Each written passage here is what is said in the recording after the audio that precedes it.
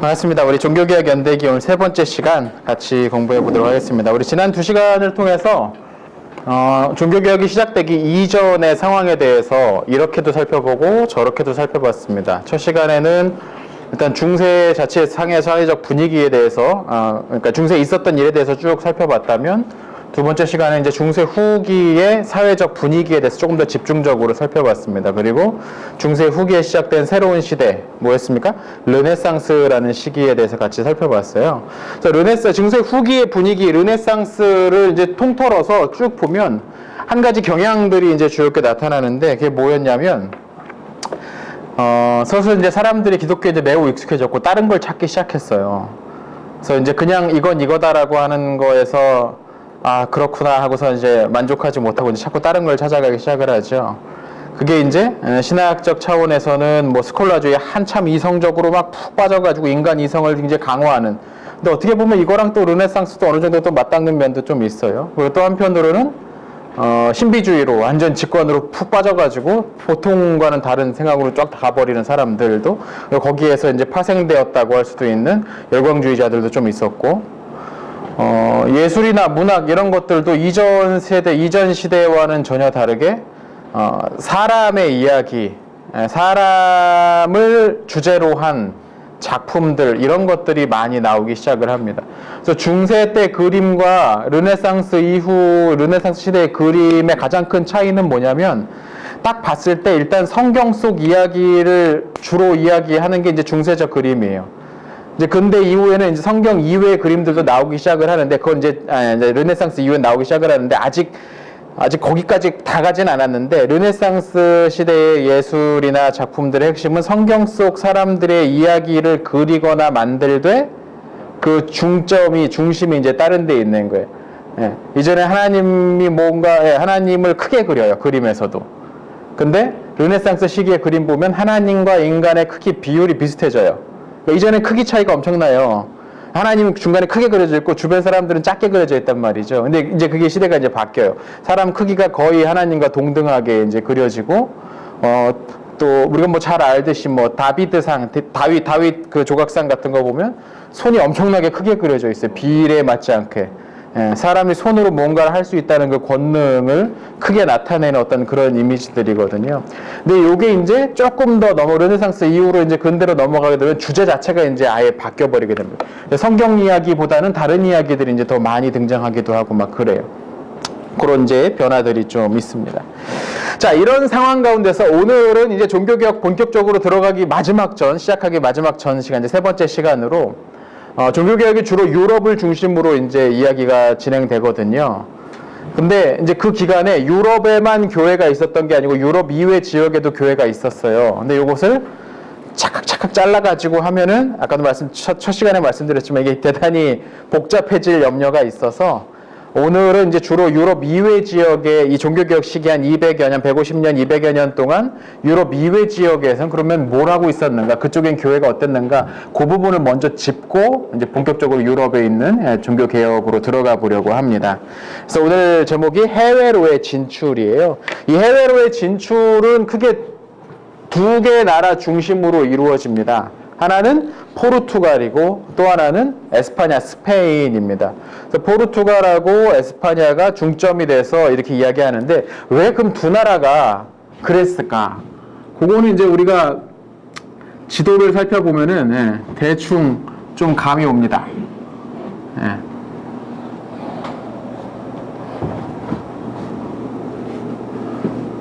자, 이렇게 있습니다. 이게 이제 유럽입니다.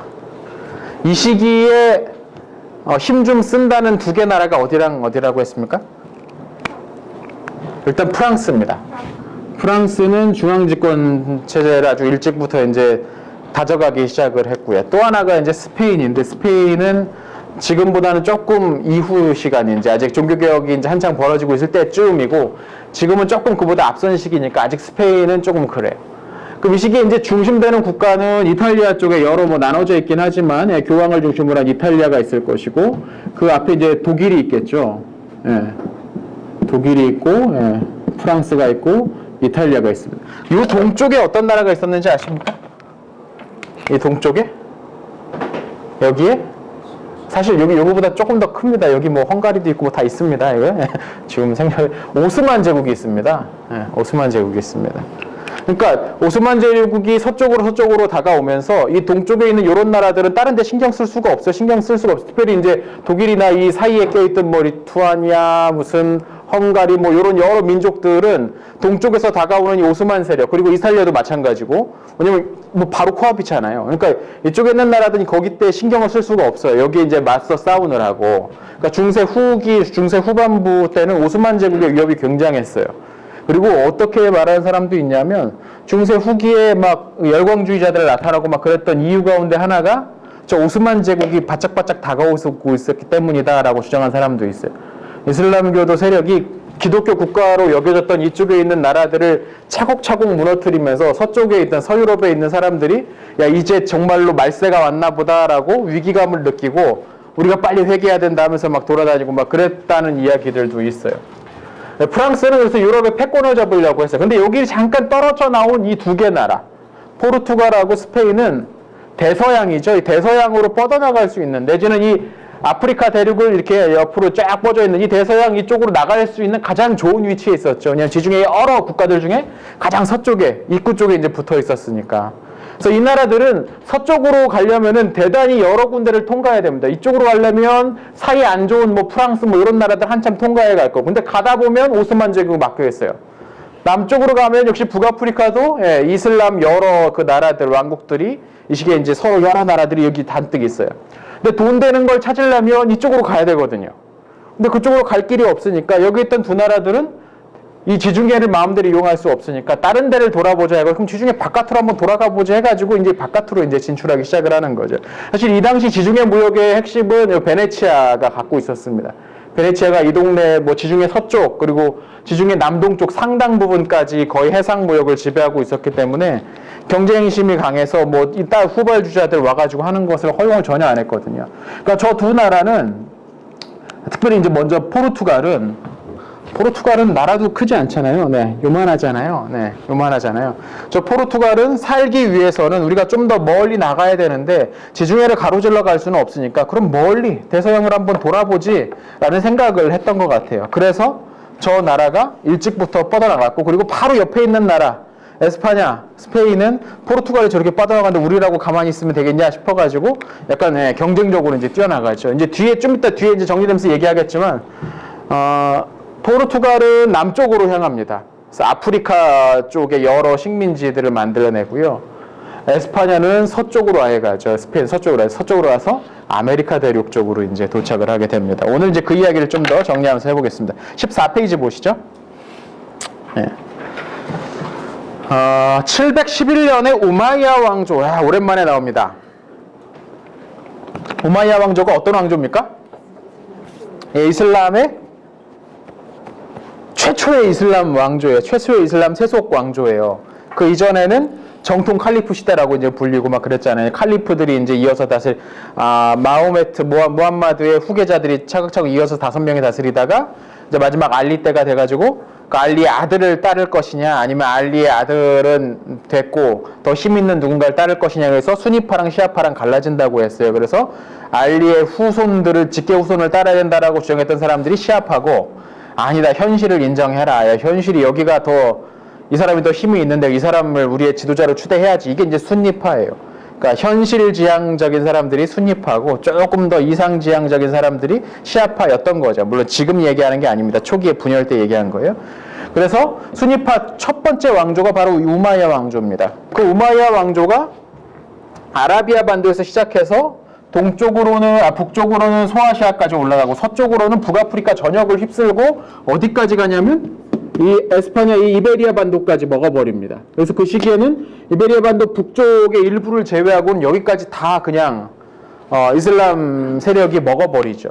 사실 이슬람 세력이 더 북쪽으로도 올라가려고 했죠. 이 피레네 산맥을 넘어가지고 또 북쪽으로 올라가려고 했을 때 당시 서프랑크 왕국의 재상이었던 그 막혀버리죠. 그래서 싸우면서 막혀버리죠. 투르 그 전투에서 막혀버리죠. 자, 그러니까 그게 711년이에요. 711년에 우마이야 왕조가 이베리아 반도로 들어갔어요. 근데 지금이 이제 15세기 얘기하고 있으니까 뭐 1400년대 이야기하고 있으니까 거의 뭐 700년 정도 지난 거죠. 물론 그 기간 동안 계속해서 뭐 안정되게 다스린 건 아닙니다.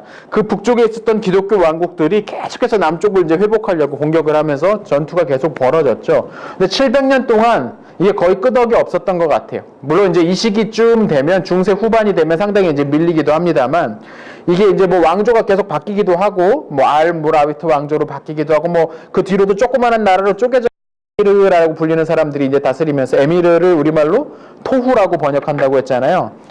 기억들 나시죠, 다들? 네, 에미르, 네, 에미르. 이거 구분하죠, 네. 칼리파는 누굽니까? 네, 칼리파는 뭐 하는 사람입니까?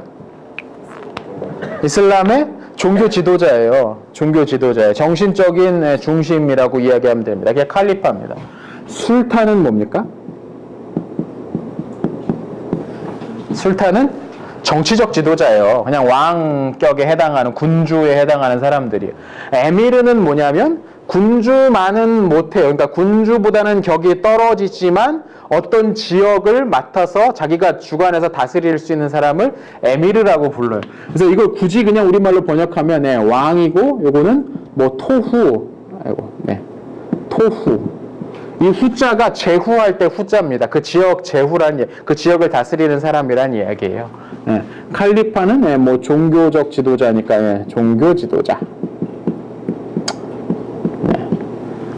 자, 원래 칼리파는 종교 지도자이면서 정치 지도자이기도 했어요. 최초에는. 근데 시간이 지나면서 저 칼리파에 해당하지 않는 사람들이 권력을 잡으면서 이 칼리파는 자리는 그냥 내버려 두고 자신은 정치 권력만 이제 주로 잡게 되죠. 그러면서 이제 칼리파는 아예 종교적 영역으로 그냥 고립돼 버리는 그런 경향이 이제 후대에 나타나게 됩니다. 자, 요런 게 있어요. 그래서 이제 이쯤 되면은 여기가 뭐 중세 후반이 되면 여기가 조그만한 제후 토우국으로 막 나눠져가지고 막 자기들끼리도 막 서로 싸웠다가 공격해 내려오면 자기들끼리 또 연합했다가 막 이러면서 계속 오랫동안 아무튼 수백 년, 700년 가까이 이 이베리아 반도 남쪽을 지켜내고 있었어요. 이슬람 세력들이. 그런데 그 상황인데 이제 중세가 끝날 때쯤 되면 거의 그 세력들이 다 정복이 돼, 기독교 국가들에게 정복이 됩니다. 이걸 가리켜서 뭐라고 부르냐면 레콘키스타라고 부른다고 했어요. 레콘키스타는 레는 영어의 리고, 다시란 뜻이죠. 콘키스타는 컨퀘스트 그렇게 불러야겠죠. 정복이란 뜻이죠. 재정복 뭐 이런 뜻입니다. 그래서 1249년 포르투갈의 왕 아폰수 3세 때에 이르며 사실상 이 지역의 이슬람 세력은 거의 사라집니다. 이게 1249년째쯤이에요. 그러니까 13세기 중반쯤에 이제 거의 이제 물론 토호국이 여러 남아 있긴 한데 이 토호국들이 이제 어떻게 사냐면 기독교 왕들 밑에 들어가서 살아요. 이 재밌어요.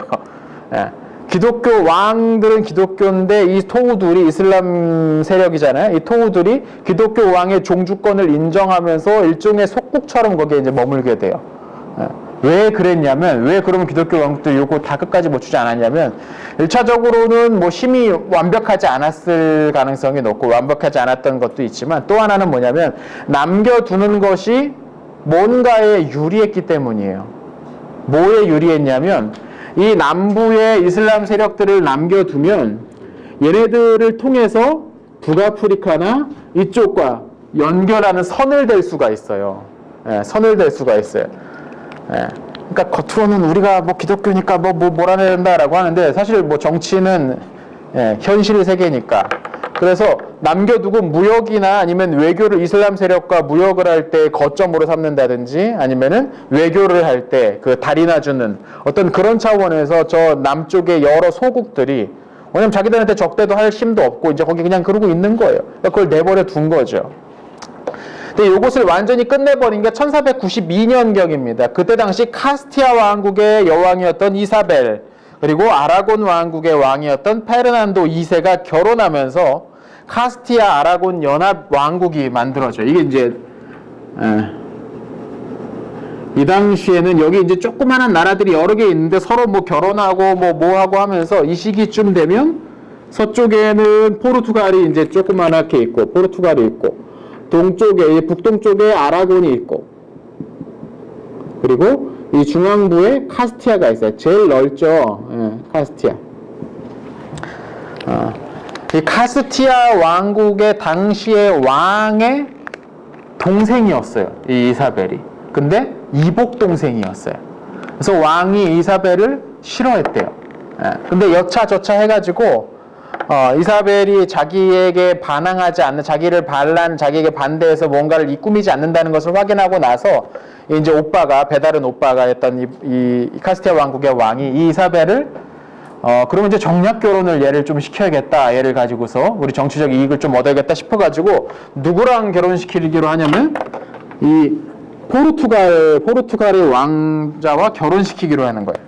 포르투갈의 왕과 이 포르투갈의 왕과 카스티아 왕국의 이 공주가 서로 결혼하기로 얘기가 됐어요. 근데 카스티아 왕국의 이사벨은 나이가 이제 젊은데 저 포르투갈의 왕은 나이가 20살도 더 높이 많아요. 그래서 이 이사벨이 야반도주를 합니다. 야반도주를 해. 그래가지고 아라곤 사람을 보내고 당시 아라곤 왕자였던 페르난도에게 사람을 보내서 빨리 와서 나랑 결혼해라. 그래가지고 아라곤의 왕이 여기까지 달려 내려왔다. 이 남쪽까지 말 타고서 소수 측근 몇 명만 데리고서 밤새 이렇게 달려 내려와가지고 둘이 이제 결혼을 했어요. 약간 오버스럽죠. 네, 이 결혼하려면 교황의 허가도 있어야 돼요. 왜냐면 왕실의 결혼이기 때문에 자기들 마음대로 되는 게 아닌데 그 허가장을 페르난도가 또 위조해가지고 예쁘게 위조해갖고 이제 허가장 여기 있고 하면서 정식으로 결혼을 해버린 거예요. 네. 그리고 나서 또 여차여차 해가지고 얼마 후에 당시 카스티아 왕국을 다스리던 이사벨의 이복 오빠가 죽어버리고 카스티아의 군주가 돼요. 이사벨이. 그리고 페르난도의 아버지, 아라곤의 왕이었던 페르난도의 아버지도 얼마 후에 죽어버리네. 네, 그래서 카스티아의 여왕과 아라곤의 왕이 결혼을 하게 됩니다. 그렇게 하면서 이제 부부왕 체제가 이제 시작이 돼요. 결혼을 하고서 남자가 다 다스리는 게 아니고 결혼할 때 조건이 있었어요. 이사벨이. 우리 각자의 나라는 각자 다스리기로 하자. 네. 서로 내정에 손대지 말고 각자 다스린다. 뭐 이런 몇몇 결혼할 때 조건이 있었어요. 근데 보시면 알겠지만 땅이 어디가 더 넓습니까? 카스티아가 더 넓어요. 아라곤이 작아요. 그러니까 뭐 그 정도 조건을 뭐 가리고 뭐 할 것도 없었어요. 예. 그래서 결혼을 하기로 하고 둘이 부부가 되면서 카스티아 아라곤 연합 왕국이 형성이 돼요. 그러나 각각은 이제 따로따로 군주는 따로따로 있는 거예요. 다만 이 군주가 서로 부부인 거죠. 이해되십니까? 지금 이 상황이? 네. 예, 지금 그 상황입니다. 예.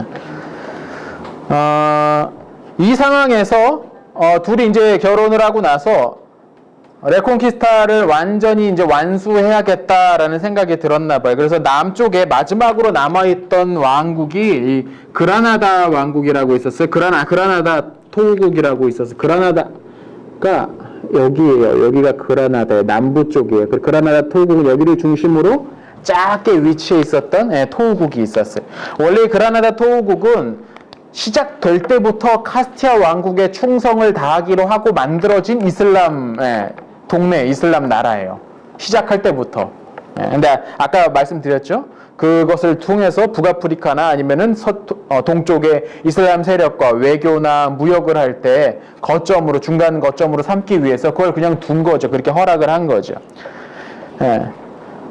근데 그것을 끝내버려요. 왜 끝냈느냐? 이유가 있습니다. 이쯤 되면 이제 이걸 중심으로 해가지고 그라나다 중심으로 해서 북아프리카나 아니면 동쪽과 이제 교류를 하려고 했는데 지금 이쯤이 되면 어떻게 되냐면 포르투갈이 배를 타고 이쪽으로 나가버렸네요.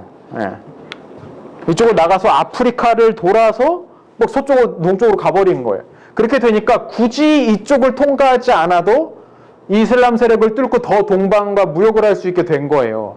그러니까 새로운 무역로가 생기니까 이 그라나다 토국이 뭐 이용 가치가 없어져 버린 거죠. 그러니까 됐다. 그냥 너네 이제 일로 와 하고서 그 나라를 그냥 정복해 버리고 이로써 저 이베리아 반도 전체에서 이슬람 세력이 완전히 다 사라지게 됩니다. 그게 1492년이에요.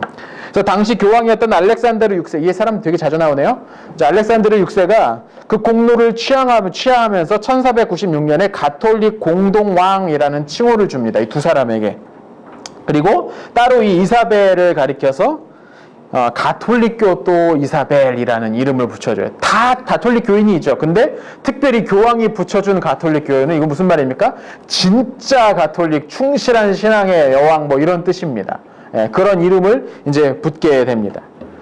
자, 그렇게 이제 통일을 했어요. 예, 사실 이제 결혼하고 나서도 여자 쪽이 조금 더 나라가 크고 힘이 더 세다 보니까 남자 쪽을 조금 눌리고 지냈나 봐요. 예. 결혼하고 나도 이 아라곤 왕 페르난도는 맨날 전쟁하러 다니고 밖에 달아다니고 이제 카스티아 왕국의 이사벨은 안에 있었거든요. 주로 이제 왕국 안에 있었거든요. 남편은 전쟁을 하다. 그래서 결혼을 했는데 같이 산 기간은 오래되지 않았대요. 예.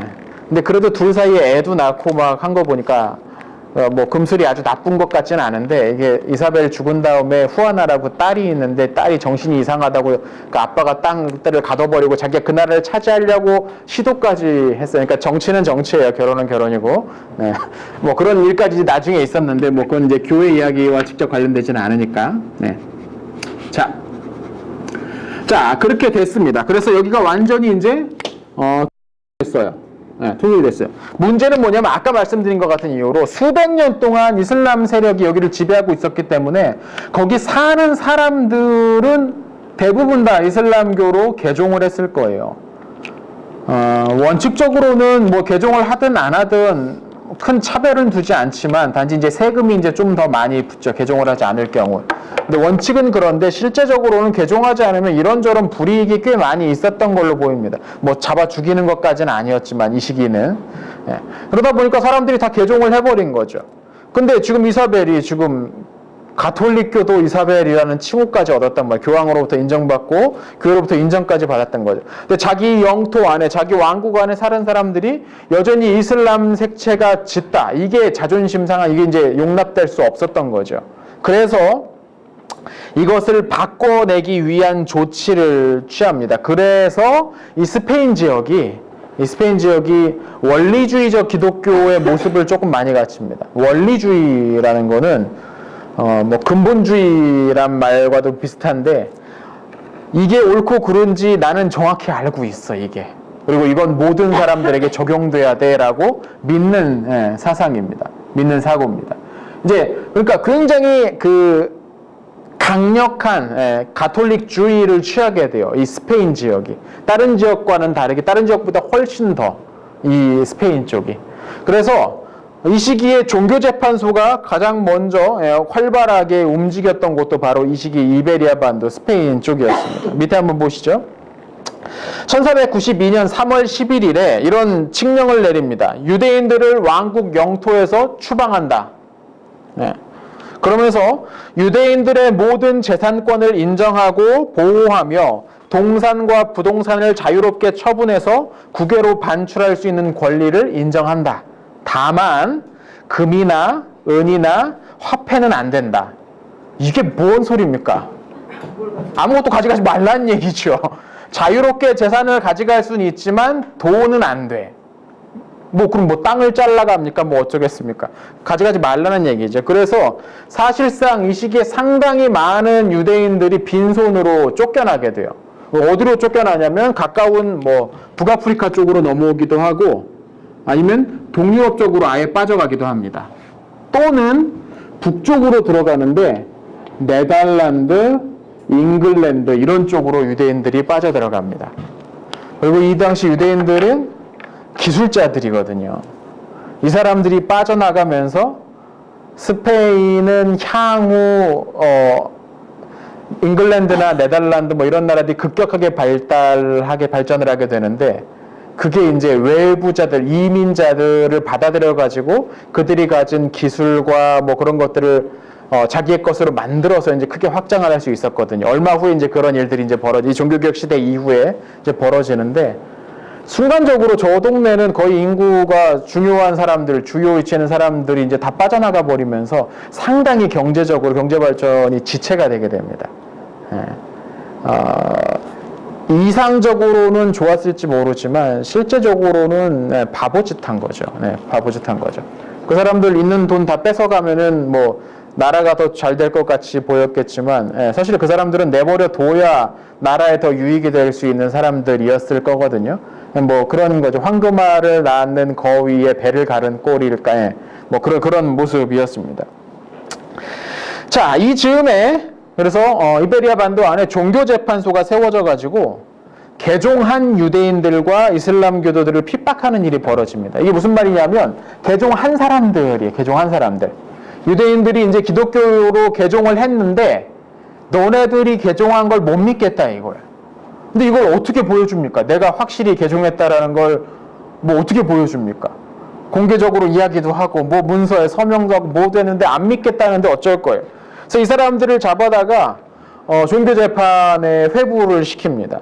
페르난도 2세가 교황 시스투스 4세를 압박해서 독자적인 종교재판소를 세울 수 있는 권한을 얻습니다.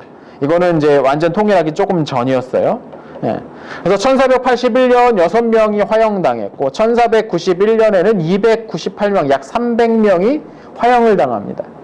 그래서 상당수의 많은 사람들이 화형을 당하는데 이런 것들의 거의 시발점이라고 할 수 있는 곳이 이 에스파냐, 스페인 쪽이었어요. 얘네들은 원리주의 기독교 그런 느낌이니까 거기서 상당히 많이 죽었어요. 재밌는 건 뭐냐면 지금 연도를 보십시오. 연도를 보시면 지금 이 시대는 우리 지난 시간에 배웠던 르네상스 시기예요. 중세는 거의 끝났고 이제 르네상스 근대로 들어가는 그 시기예요. 이 죽은 이 시기들, 이 종교재판이 벌어지고 했던 그 시기가.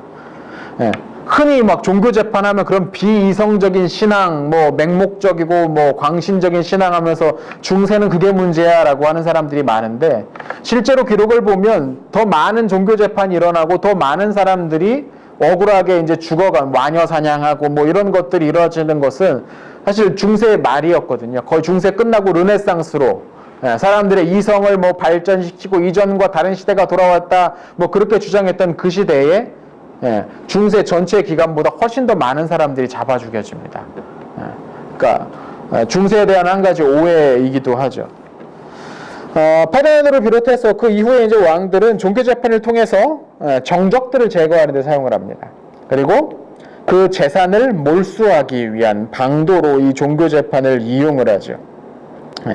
물론 명목은 기독교 신앙을 더 확고하게 뿌리내리도록 하기 위함이었다라고 이야기를 하는데 뭐 일단 권력자 손에 무기가 들려졌는데 자기 마음대로 이제 쓰게 되는 거죠. 시간이 지나면 지날수록. 그래서 아까 처음엔 유대인들을 주요 대상으로 했고 후에는 기독교를 개종한 무슬림이나 개종한 유대인들도 그 목표가 됩니다. 종교재판에 이제 회부가 돼가지고 재산을 다 뺏기게 되는 거죠. 그리고 조금 이후에 이제 종교개혁이 시작이 되고 본격적으로 확산될 때쯤에는 이제 그 개혁 사상에 대해서도 이 종교재판을 거는 그런 상황들도 벌어집니다. 이게 이 스페인 지역에서 벌어졌던 일들입니다. 자, 한편 그때 이제 레콘키스타가 끝났던 1492년 우리가 훨씬 더 1492년 하면 더 많이 알고 있는 사건은 바로 여기 나오는 이 사건일 겁니다. 바로 이사벨이 그 이사벨입니다. 카스티아의 여왕 그 이사벨이 컬럼버스라는 탐험가를 후원해서 그 컬럼버스가 배를 타고 아메리카 대륙에 도착을 하게 됐어요. 아메리카 대륙에 도착했습니다. 도착은 사실 대륙에 도착한 건 아니고 이제 섬에 도착했습니다. 산살바도르라는 섬에 이제 도착을 했는데 여기를 이제 대서양을 건너서 넘어오게 된 거예요. 이게 이제 왜 이쪽으로 넘어오냐? 아까도 말씀드렸지만 포르투갈이 남쪽으로 배를 타고서 새로운 항로를 개척하고 아프리카에서 새로운 문물들을 막 가지고 들어와요. 왜 아프리카를 아예 넘어가지고 뭐 인도에도 도착하고 막 그래요, 포르투갈이. 그러니까 우리도 가야겠다. 근데 먼저 간 땅 가면 얻을 게 별로 없으니까 우리는 안 가본 땅 가보자. 그래가지고 서쪽으로 갔어요. 콜럼부스가 서쪽으로 가면 인도로 도착할 수 있다고 이야기했을 때 다들 비웃었거든요. 근데 왜 비웃었냐면 지구가 둥글다는 걸 몰랐기 때문에 비웃은 게 아닙니다. 이 당시 사람들은 지구가 둥글다는 거 다 알고 있었습니다. 근데 다만 콜럼부스가 계산한 그 계산이 너무 허황됐기 때문입니다. 콜럼부스는 지구가 굉장히 조그만하다고 생각했나 봐요. 그래서 요 정도 항해면 충분히 반대편에 도착할 수 있다고 여겼는데 그 당시 대부분의 지리학자들이나 지도 제작자들은 그건 택도 없다. 지구는 그거보다 훨씬 더 크다. 그 정도 항해에서는 인도에 도착할 수 없다고 여겼어요. 그래서 콜럼부스 말을 다 무시하고서 그 말 말도 안 된다. 인도에 못 간다. 그렇게 주장을 했던 거거든요. 근데 좀 우겼죠. 근데 이사벨은 뭔가는 해야겠고 이제 둘이 이제 양쪽이 딱 맞았어요. 근데 이사벨이 지원도 별로 못 해줬어요. 왜냐면 이제 전쟁 한창 끝내고 나서 막 그러고 있는 데니까 지원할 돈도 별로 없었는데 아무튼 그거 바꾸서 콜럼부스가 서쪽에 도착을 합니다. 그리고 나서 이제 스페인 쪽 사람들이 레콘키스타가 다 끝났잖아요. 레콘키스타를 누가 했겠어요? 군인들이 했겠잖아요. 그래서 무장 세력들이 했잖아요. 근데 무장 세력이라는 건 돈을 쓰는 사람이지 돈을 버는 사람이 아니에요. 이 사람들은 뭐 약탈이나 어디 하면 모를까. 근데 뭐 이베리아 반도 통일을 다 했으니까 이 사람들이 갈 데가 없잖아요. 그러니까 이 사람들이 대대적으로 어디를 가냐면 서쪽으로 갑니다. 그러니까 레콘키스타를 끝낸 그 무장들이 이제 더 이상 여기 안에서는 정복할 데가 없으니까 대대적으로 이제 서쪽으로 가지고 아메리카 대륙에 이제 도착해서 거기 있는 원주민들을 학살하기 시작을 하는 거예요. 학살하면서 자기들의 이익을 이제 취하기 시작을 하는 거죠. 그렇게 이제 스페인에 의해서 아메리카 대륙의 여러 섬들 그리고 이 대륙까지 이제 정복이 되면서 이쪽으로 이제 점령을 하게 되면서 사람들이 가니까 교회도 가게 되는 거죠. 왜냐면 이 사람들이 공식적으로는 다 기독교인이니까 이 사람들을 위한 교회도 여기 필요할 거 아니겠어요? 그러면서 당시 관례대로 새로운 지역을 새롭게 개척을 하면 그 지역에 대한 교회에 대한 권한을 거기를 개척한 왕에게 준단 말이에요. 그러니까 당시 또 나왔네요. 알렉산드르 6세가 이 교황이죠. 그리고 율리오 2세가 이 땅에 있는 교회를 통할할 수 있는 권한을 스페인 국왕에게 줍니다. 그러니까 교황이 뭐 거기까지 손 못 대겠으니까 네가 거기 잘 해라. 이거 교회 세울 거 거기 잘 해라 이 얘기예요. 그래서 이 중남미 지역의 이제 교회들은 이 스페인의 국왕의 영향을 더 많이 받는 그런 교회가 됐어요. 이게 이제 그 지역의 이제 특징이죠. 당연히 국왕의 영향을 더 많이 받으니까 이쪽에 세워진 이 중남미 지역에 세워졌던 그 성직자들, 주교들 이런 사람들은 국왕 눈치를 더 많이 봐야겠죠. 그러니까 사실상 국왕의 신하인 거예요. 그래서 국가의 이익을 위해서 충실히 봉사하는 사람들이 거기에 주로 이제 임명이 됩니다. 당연히 그 동네에 원래 살고 있던 사람들, 뭐 중남미의 원주민들, 인디오라고도 부르지만 그 원주민들이 어떻게 살아가는지에 대해서 이 지역에 세워진 교회의 주요 인물들은 별 신경 쓰지 않죠. 어떻게든 여기서 이익을 뽑아내가지고 본국으로 보낼까 이것에만 관심을 두었던 겁니다. 이게 상당히 이제 문제가 많이 되었어요. 아까도 얘기했던 그 레콘키스타 끝나고 나서 그 무장 세력이 여기 많이 넘어와가지고 얘네들이 뭐 배운 것도 없고 하는 거는 막 사람 찔러 죽이고 패 죽이고 하면서 그 동네 차지하는 거 뭐 이런 거밖에 없으니까 막 와가지고 원주민들을 막 학살한단 말이죠. 이게 이제 거기 안에서 누가 봐도 이건 문제가 되는 상황이잖아요. 근데 고위 성직자들은 이것에 대해서 눈을 다 감아버렸어요. 여기에 대해서 문제를 제기했던 게 누구냐면 하급 성직자들 그리고 수도사들이었습니다. 수도사들이 모이는 수도원은 기성교회, 기존 어떤 공식 교회와는 그 산하에 있긴 하지만 약간 떨어져 한 발 밖에 있다고 했었잖아요. 그러니까 이 사람들은 이거 문제가 있다라고 주장을 하기 시작을 했어요. 그래서 1511년 도미니크의 수도에 사였던 안토니오 데 몬테시노스가 원주민들을 착취하는 정착민들은 구원받을 수 없다라고까지 주장을 합니다. 굉장히 강력한 이야기죠. 근데 당시 이 설교를 들었던 사람 중에 라스카사스라는 사람이 있었어요. 이 사람은 상당히 중요한 사람입니다. 이 남미 쪽에 있어서 남미 초기 교회 역사에서 굉장히 중요한 사람인데 이 당시에 그 설교를 들었을 당시에는 이 사람이 그 얘기에 충격을 받았어요. 근데 당장 뭘 하진 못했는데 몇 해 후에 시간이 이 사람이 원래 뭐 하던 사람이냐면 군인이에요. 정복하러 와가지고 막 정말 막 와가지고 자기도 이제 그 사람들하고 같이 막 했죠. 막 사람 죽이고 막 노예로 삼고 막 이런 일을 같이 막 거기서 참여를 했죠. 그리고 이제 그 결과로 공을 얻어가지고 한 지역 땅도 받고 거기서 일할 노예까지 이제 갖고 있던 그 사람 상황이었어요. 이 시기에는. 근데 라스카사스가 그 얘기를 가만히 들으니까 이게 양심에 너무 찔린 거죠. 그래서 몇 년 후에 자기가 가지고 있던 모든 노예들을 다 풀어주고 자기가 받았던 그 땅들도 포기합니다. 그리고 나서 이제 그 땅에 그 억압받는, 피해받고 있는 원주민들을 위한 사역을 시작을 해요. 그래서 우리의 기독교 신앙, 우리가 믿고 있는 이 신앙이 원주민들을 저렇게 탄압한다면 이게 제대로 된 신앙이냐라고 이제 주장을 하기 시작한 거죠. 그래서 이 문제를 해결하려면 어디에다 이야기를 해야 되냐면 교황보다는 이제 스페인 왕에게 이야기를 해요. 왜냐면 이 동네의 교회는 스페인 왕 산하에 있으니까. 그래서 왕에게 편지를 보냅니다. 뭐 주구장창 편지 보내고 왕 주변에 있는 유력자들한테도 계속 편지를 보내고 직접 본인이 왔다 갔다 하기도 하고 그래서 굉장히 오랫동안 이 문제 제기를 해요. 이거 문제다 하면서 여기저기 돌아다니면서 거의 뭐 이 남미 여러 군데를 돌아다니면서 이 원주민들을 보호해야 된다라고 강력하게 주장을 하죠. 물론 이 주장이 받아들여지진 않습니다. 왜냐하면 그거 안 들어도 그만이잖아요. 그 동네 사는 사람들은 어차피 이익을 얻기 위해서 목숨 걸고 저 먼 바다를 몇 달에 걸쳐서 넘어온 사람들인데 얘네들 뭐 보호해야 된다, 뭐 사랑해야 된다 이런 얘기가 귀에 들어올 리가 없었던 거죠. 그래서 1566년에 추우시죠? 네. 1566년에 이분이 돌아가시는데 나이가 92세예요. 굉장히 오래 사셨죠. 대단하신 분입니다. 그래서 이분과 관련된 주요 일화들을 이야기 하나하나 이야기하면 한도 없는데 오늘날 그 멕시코의 치아파스 주라는 곳에 가면 라스카사스라는 시가 있어요. 도시가 있어요. 그 도시의 이름을 이분의 이름에서 따온 거예요. 그러니까 이분의 이름을 헌정한 거죠. 그 도시 이름으로. 그러니까 남미의 그 원주민들을 위해서 평생 일하다가 이제 죽은 분이니까. 또 1550년경에 바야돌리드 논쟁이라는 게 있었어요. 바야돌리드가 스페인의 한 지역인데 이거 유명합니다. 이거 책도 나와 있어요. 한번 읽어보시면 좋을 것 같은데 바야돌리드 논쟁이라는 책도 있는데 그 바야돌리드에서 논쟁이 벌어졌어요. 무슨 논쟁이 벌어졌냐면 라스카사스 쪽에서는 원주민들도 저 남미의 원주민들도 우리와 똑같은 사람이다. 그러니 노예로 부릴 수 없다라고 주장을 했어요. 이렇게 학대하고 죽이고 막 하는 것은 안 된다라고 주장을 했어요. 근데 세풀베다라는 추기경이 있었는데 이 가톨릭 스페인 쪽에 추기경인데 스페인은 아니다. 얘네는 영혼이 없다.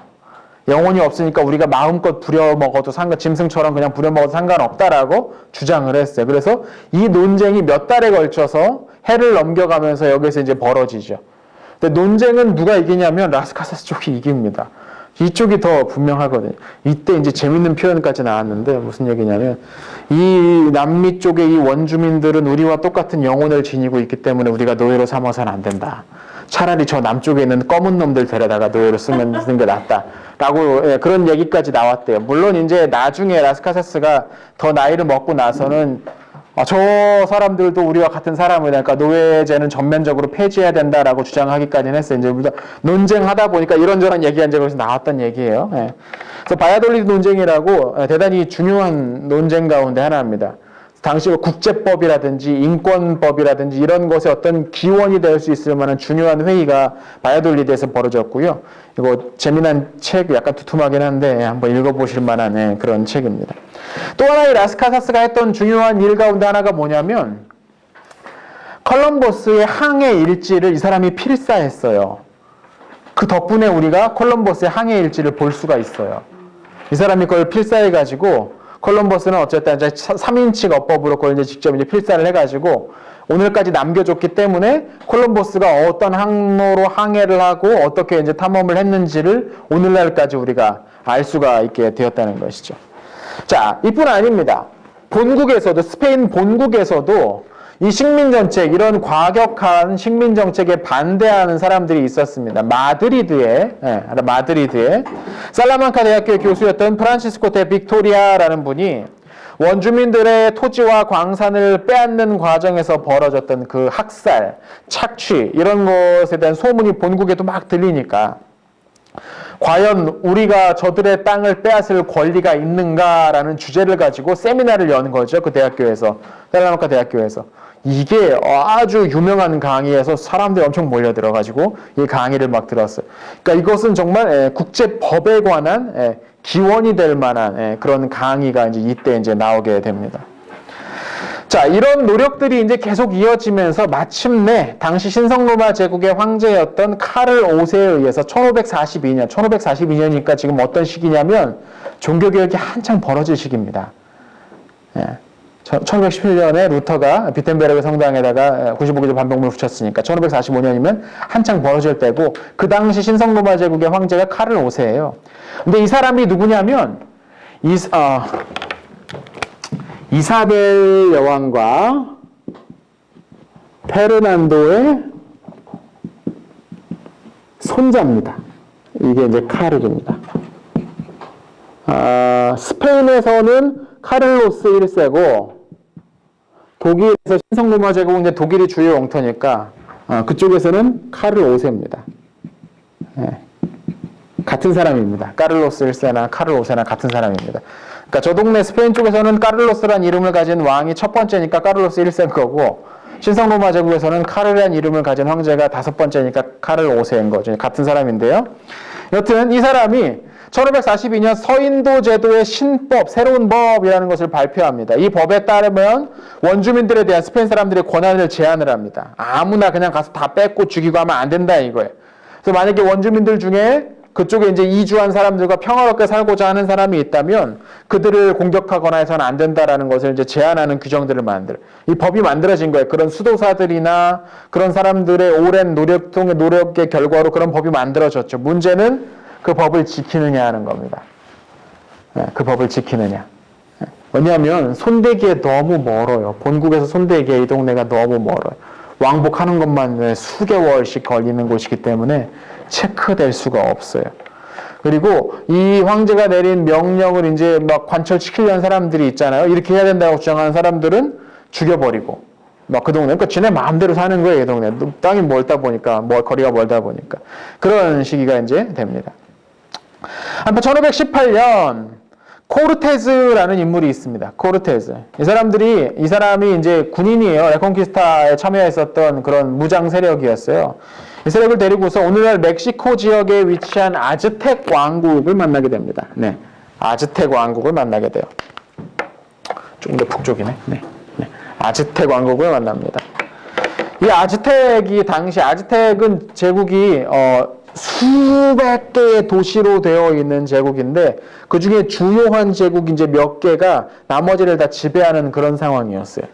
그래서 지배를 하는데 인근 지배받는 부족에서 사람들을 데려다가 그 제물로 쓰는 이게 이제 아즈텍입니다. 인신공양하는 그 동네가 이제 아즈텍이에요. 그러니까 중심에 있는 주요 힘 있는 부족들 말고 나머지 부족들은 늘 이를 갈고 있는 거죠. 저놈들 저거 우리가 힘이 약해가지고 이렇게 잡아 죽이고 다닌다. 뭐 늘 그런 상황인 거죠. 그래서 그쪽과 손잡고서 여기를 전복시켜 버립니다. 아즈텍 제국을 전복시켜 버려요. 그래서 뭐 장난이 아니죠. 그래서 여기서 말하는 이들이 그 주변 부족들이에요. 이 주변 부족들이 이 스페인에서 온 사람들, 이 코르테즈를 사람들과 손을 잡고서 이 아즈텍을 전복시켜요. 그래서 1521년에 아즈텍이 멸망합니다. 몇 년 만에 멸망합니까?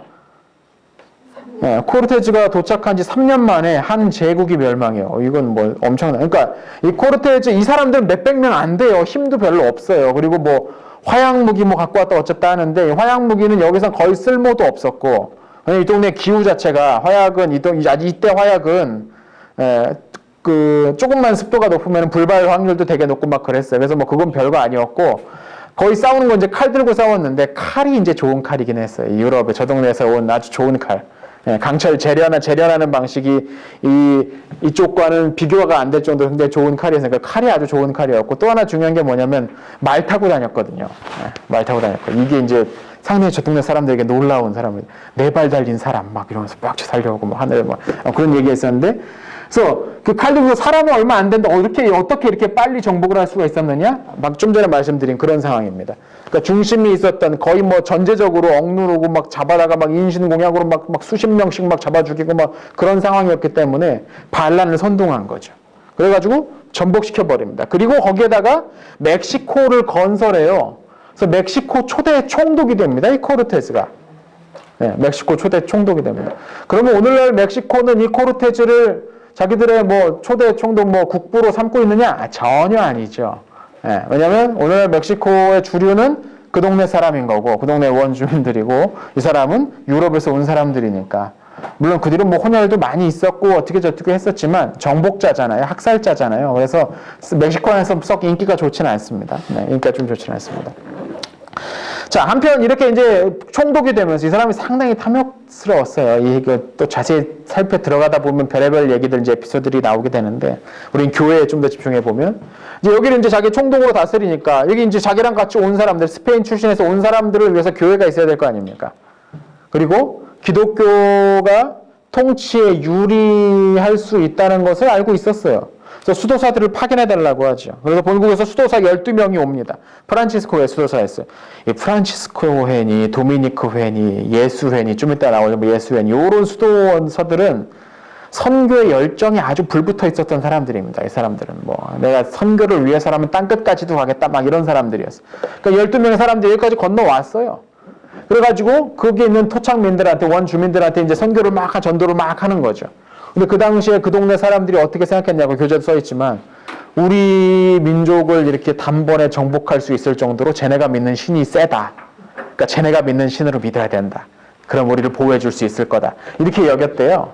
그래가지고 기독교로 엄청나게 많은 사람들이 집단적으로 개종하기 시작합니다. 그래서 1540년대 16세기 중반쯤 되면 250만 명이 기독교를 받아들였어요.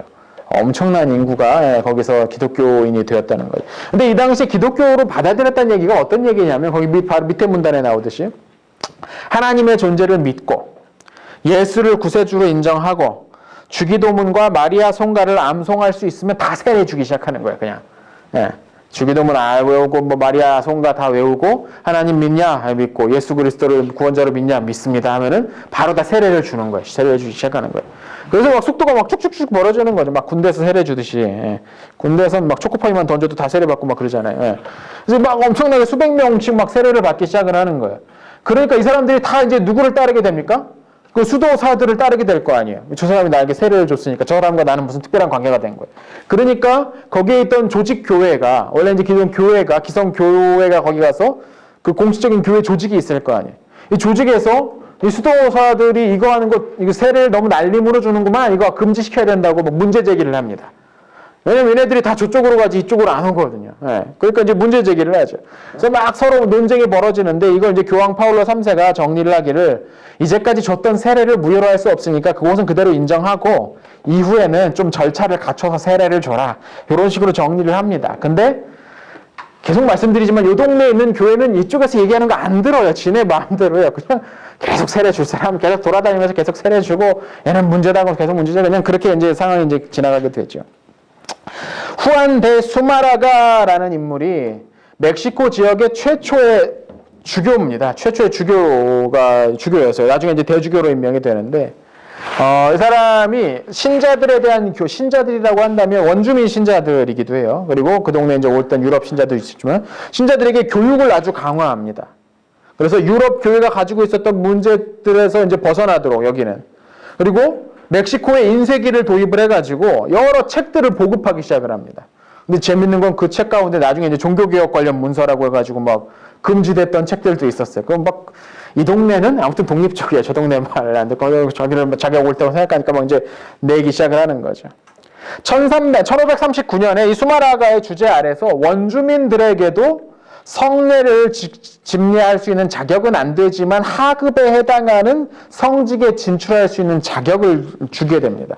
그러니까 원주민들도 성직자가 될 수 있는 자격을 주는 거예요. 다만 세례를 베풀거나 뭐 그런 것까지는 해줄 수 없지만 하급에 교회에서 일할 수 있는 하급 직위까지는 부여해 준 거죠. 여기서 하급 직위라고 하면 우리가 생각하는 성직 개념 그거보다는, 그러니까 뭐 집사 느낌이에요. 우리 교회로 치면 교회에서 일할 수 있는 어떤 직분을 줬다니까 원주민들에게. 그리고 꽤 많이 발전하지 않았습니까? 그 앞서 바야돌리드 논쟁이 있을 때만 하더라도 쟤네들은 영혼이 없는 짐승과 똑같아 라고 주장했던 사람들이 막 힘쓰고 있었는데, 이 시기가 되면 그 인디오들, 원주민들에게 성직에 오를 수 있는 자격까지 주어졌어요. 이 당시에 성직이 8개로 나눠져 있었대요. 그래서 맨 아래부터 뭐 수문품, 독서품, 구마품, 시종품 뭐 이렇게 올라갑니다. 수문품은 뭐냐면 뭐겠습니까? 네, 그렇죠. 문직입니다. 교회 문 열 수 있는 문 열 수 있는 직분, 종치고 문 여는 직분. 그게 이제 수문품. 이게 1단계입니다. 그 위에 이제 독서품이라고 있어요.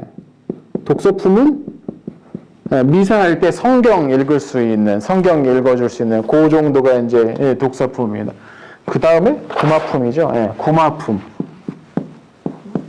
구마품은 이름이 왠지 막 엑소시스트입니다. 예. 근데 실제로 귀신 쫓고 그런 건 아니고 그냥 그 이름이에요. 그냥 그 단계 이름이에요. 단계 이름이에요. 그리고 그 위에가 시종품입니다. 네. 시종품. 요거는 이제 집사랑 똑같죠. 이름 자체도 집사랑 똑같죠. 섬기는 자니까. 예배 때 그 사제가 행하는 그 이것들 옆에 따라다니면서 부제에 해당하는 거죠. 그런 일에 도울 수 있는 사람. 여기까지는 아마 허용했던 것 같아요. 하위 4계급까지 사용했던. 그 위에까지 올라가면 뭐 차 부제품, 뭐 탐덕품, 주교품 이렇게 올라가는데 그 위에는 이제 정식으로 이제 사제에 해당하는 사람들이고. 오늘날 가톨릭 신부가 되려면 학교에 들어가잖아요. 이렇게 신학교에 들어가요. 가톨릭 신학교에 들어가면 요거부터 임명되기 시작한대요. 단계적으로 이렇게 시작해요. 구마품 그러니까 다 통과하는 거예요. 정식 신부가 되려고 요거 물론 이제 요게 좀 바뀌었어요. 이제 최근 현대 가톨릭에서는 요게 이제 많이 바뀌었다고 하더라고요.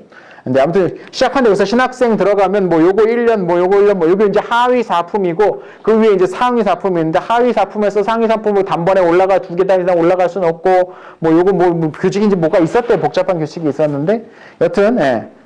아직도 저런 비슷한 게 남아 있긴 합니다. 그래서 신학교 들어가면 1년 차 때는 뭐 되고 2년 차 때는 뭐 되고 뭐 이렇게 탁탁 올라가긴 한데요. 그러니까 이름을 이제 나눠 놓은 거예요. 그렇게 이제 나눠 놓은 거예요. 근데 이런 것들을 그 원주민들에게도 개방을 한 거죠. 문을 연 거죠. 물론 이제 스페인 출신의 주교들이 문제 제기를 하게 된다면 얘는 안 돼 한다면은 이제 그것들을 오를 수 없긴 했지만 일단 문이 열렸다는 게 중요한 거죠. 그리고 문이라는 건 한번 열리면 좁아지긴 쉽지 않습니다. 점점 넓어지는 경향들이 있죠. 그리고 1588년 펠리페 2세의 명령에 의해서 이 펠리페 2세가 누구냐면 카를 5세의 아들입니다. 예. 펠리페 2세의 명령에 의해서 원주민들에게도 이제 사제직이 완전히 열리게 돼요. 아까도 말씀드렸지만 문이 열렸다는 게 중요한 거예요. 문이 열리면 점점 더 열리게 되어 있으니까요. 자, 한편 이건 이제 중부 유럽이고 남부 유럽에서도 어떤 일이 있었느냐?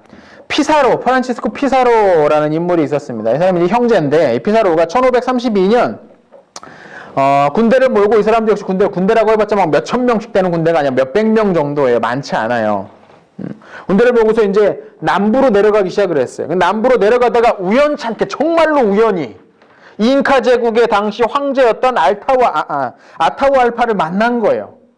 아타후알파는 가마 타고 이렇게 막 가고 있었고 이쪽에서 말 타고 막 오다가 둘이 짠 마주친 거예요. 정말 우연히 마주쳐가지고 아타후알파가 포로가 돼요. 정말 우연히. 그 왕이 포로가 되니까 끝. 예. 네. 정말 우연히. 역사에 가끔 이런 우연이 일어납니다. 잡혀버렸어요. 왕이 잡혔는데 뭐 어떻게 싸웁니까? 왕이 잡히니까 다 항복하는 거죠. 그래서 그렇게 얘기를 했대. 내가 막 가만 눈치를 보니까 쟤네들이 우리가 갖고 있는 반짝반짝이는 거 되게 관심이 많아 보이는 거예요.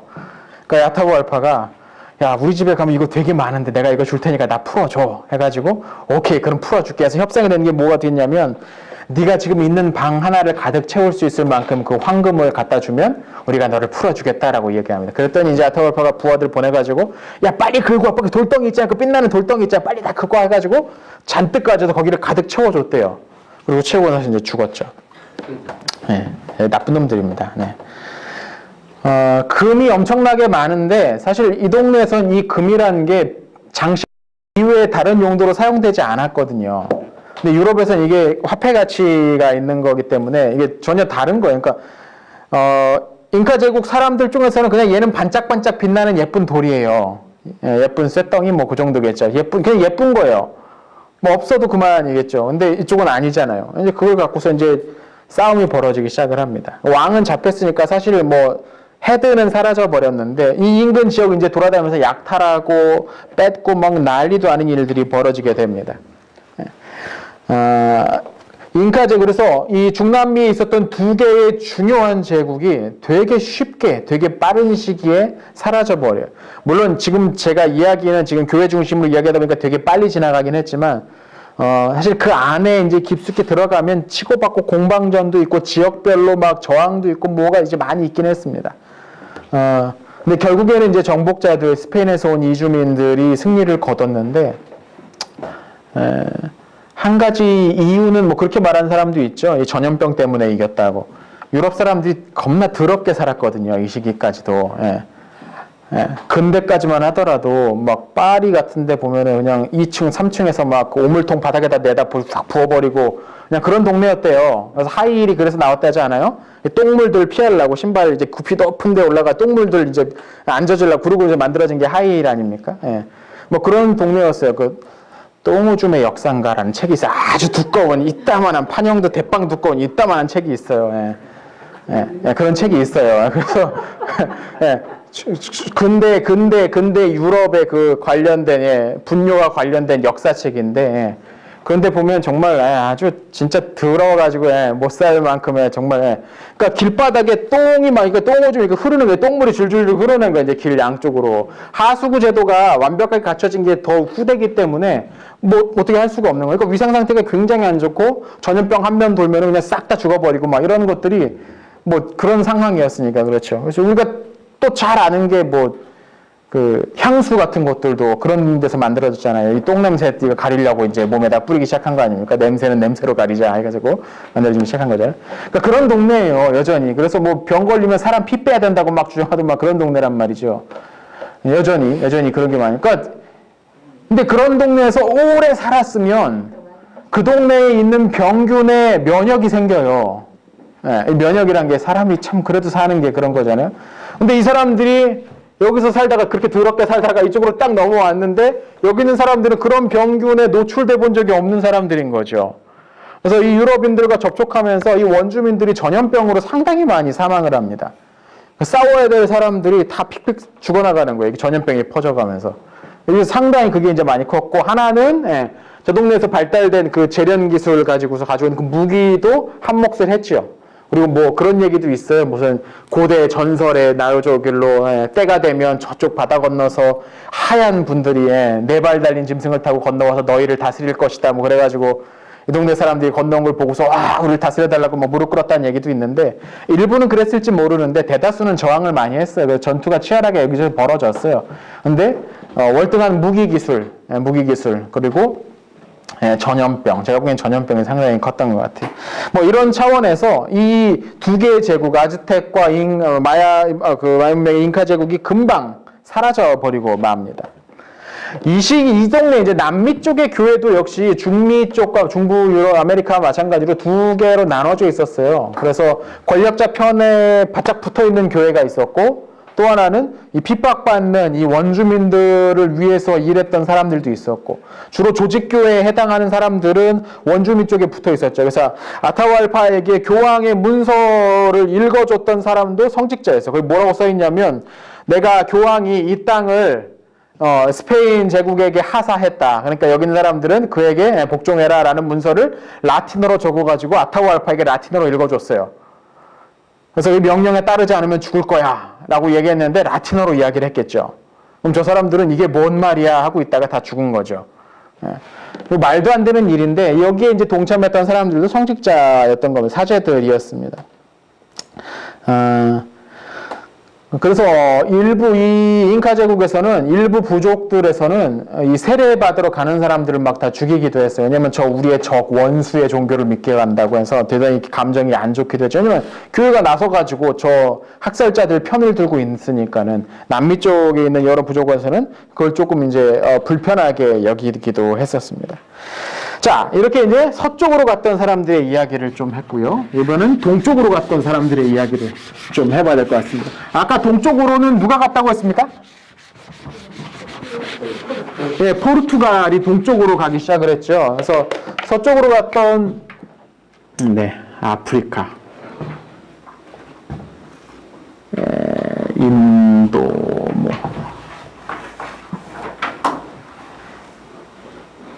자.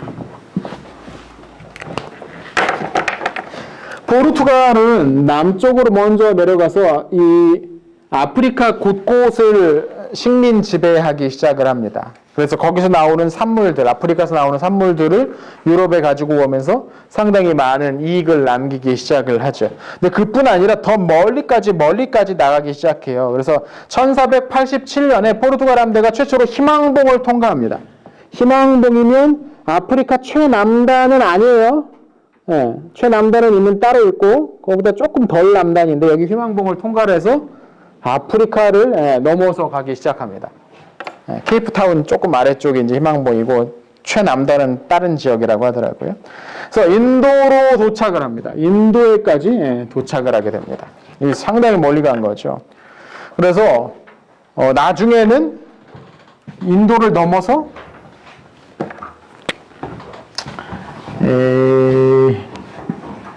얼마 전에 아시안 게임 있었던 뭐 인도네시아도 있고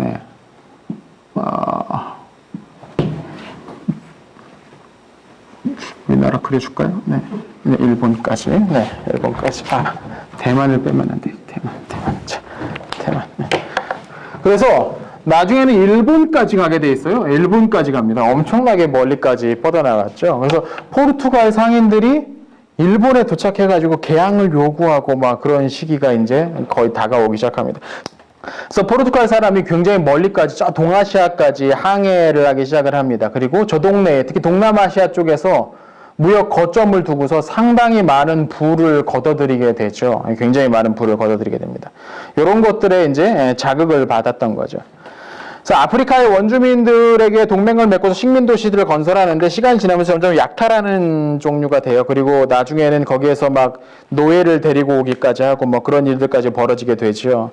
그래서 아프리카의 이 시기에 교회들이 여러 세워지기 시작하는데 사실 아프리카에 그 이전에도 교회가 있긴 했어요. 그죠? 아주 예전부터.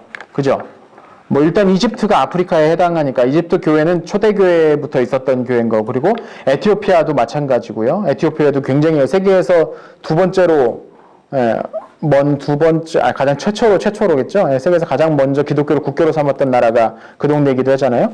그러니까 굉장히 일찍부터 삼긴 했는데 그건 아프리카 북동부에만 해당됐어요. 그러니까 유럽하고 가까운 쪽. 그러니까 나머지 지역에서는 이 시기가 되어야 이제 비로소 교회가 세워지는데 이 동네에 있던 교회들은 주로 이제 포르투갈 사람들을 위한 교회였지 원주민들을 위한 교회는 아니었던 것 같아요. 물론 이 동네에도 저기 남미처럼 수도사들이 가가지고 선교를 하기 시작을 했는데 아프리카 쪽은 이 선교가 썩 잘 진행되지 않았던 것 같아요. 잘 먹혀 들어가지 않았나 봐요. 남미 쪽에서는 여러 사람들이 개종을 많이 했는데 아프리카 쪽에서는 그렇게 대대적인 개종이 일어나고 그렇죠. 이거 현대교회와 비교해보면 좀 많이 다르죠. 오늘날 교회가 가장 크게 성장하고 있는 곳이 아프리카입니다. 전 세계에서 가장 교회가 크게 확장되고 있는 곳이 아프리카고 또 하나가 동남아시아 쪽입니다. 동남아시아 쪽이 교회가 굉장히 크게 확장하고 있거든요. 유럽이나 미주, 북미 쪽에서는 상당히 많이 쇠퇴하고 있는데 기독교 인구가 많이 줄어들고 있는데 근데 아무튼 요 동네 이 시작할 때쯤에서는 아프리카가 좀처럼 문이 잘 열리지 않았던 그런 지역이었던 것 같아요. 자, 아무튼 포르투갈 사람들이 가다 보니까 동쪽에 점점 땅들이 더 많이 나오거든요. 이거 대단한데 싶은 거죠. 그래서 이전보다 사람들이 훨씬 더 많이 왔다 갔다 합니다. 이게 이제 대항해 시대입니다. 그래서 막 사람들이 왔다 갔다 하고 막 물산이 막 들어오고 특히 인도 같은 데서 향료 뭐 이런 것들이 들어오기 시작하면서 향료가 같은 무게의 금보다 더 비쌌어요. 이 향료가. 그러니까 똑같은 무게가 있으면 이쪽이 훨씬 더 비싼 거예요, 향료가. 그러니까 이건 한번 갔다 오면 장난 아닌 거예요. 그래서 사람들이 막 몰려가고 막 엄청난 인기가 벌어집니다. 사람들이 가면 교회도 따라가죠. 그래서 이 항로를 따라서 수도사들이 이제 많이 진출을 합니다. 그래서 예수의 출신의 수도사였던 프란치스코 하비에르라는 인물이 있는데 이분도 아주 유명한 인물인데 1542년에 인도에 도착해서 선교를 시작을 합니다. 그래서 인도 현지인들을 위한 선교를 해가지고 낮은 카스트, 인도에는 카스트 제도가 있잖아요. 그래서 카스트 제도, 낮은 카스트 쪽에 있는 사람들에게 적극적으로 선교를 해서 이 사람들이 많이 개종을 했어요. 기독교로 개종을 했어요. 힌두교 체계에서는 이 사람들은 소망이 없어요. 죽을 때까지. 그냥 가축처럼 착취당하다가 죽는 거예요. 이 낮은 카스트에 있는 사람들은. 근데 기독교는 모두가 다 하나님의 자녀라잖아요. 그러니까 사람들이 이쪽으로 몰려들게 되는 거죠. 막 믿기 시작하면서 돌아가는 거죠. 그래서 그 꼴을 볼 수 없었던 상위 카스트에 있었던 사람들에 의해서 이 하비에르와 그의 동료들이 이제 위협당하는 지경에 이르기까지 합니다. 그래서 1546년이 되면 인도에 더 머무는 것이 위험하겠다 싶었나 봐요. 그래서 여기는 이제 다른 사람에게 맡기고 자기는 좀 더 멀리 가겠다. 그쵸? 이거 재밌죠? 여기는 다른 사람한테 맡기고 난 이제 들어가서 쉬겠다가 아니고 나는 좀 더 멀리 가겠다 해가지고 더 동쪽으로 가서 마침내 1549년에 일본에 도착합니다. 그래서 일본에 도착해서 일본에서 사역을 시작을 해. 기독교를 사역하기 시작을 해. 여기 이제 이 사람들이 재밌어지는데 이 당시에 어디죠? 나카사키인가요? 그 개항된 항구가? 예. 그 접촉해가지고 그 일본 민중들 하위에 해당하는 민중들 사이에 들어가가지고 기독교 전도를 열심히 했어요. 그래서 그 가운데 믿는 사람들이 많이 생겼어요.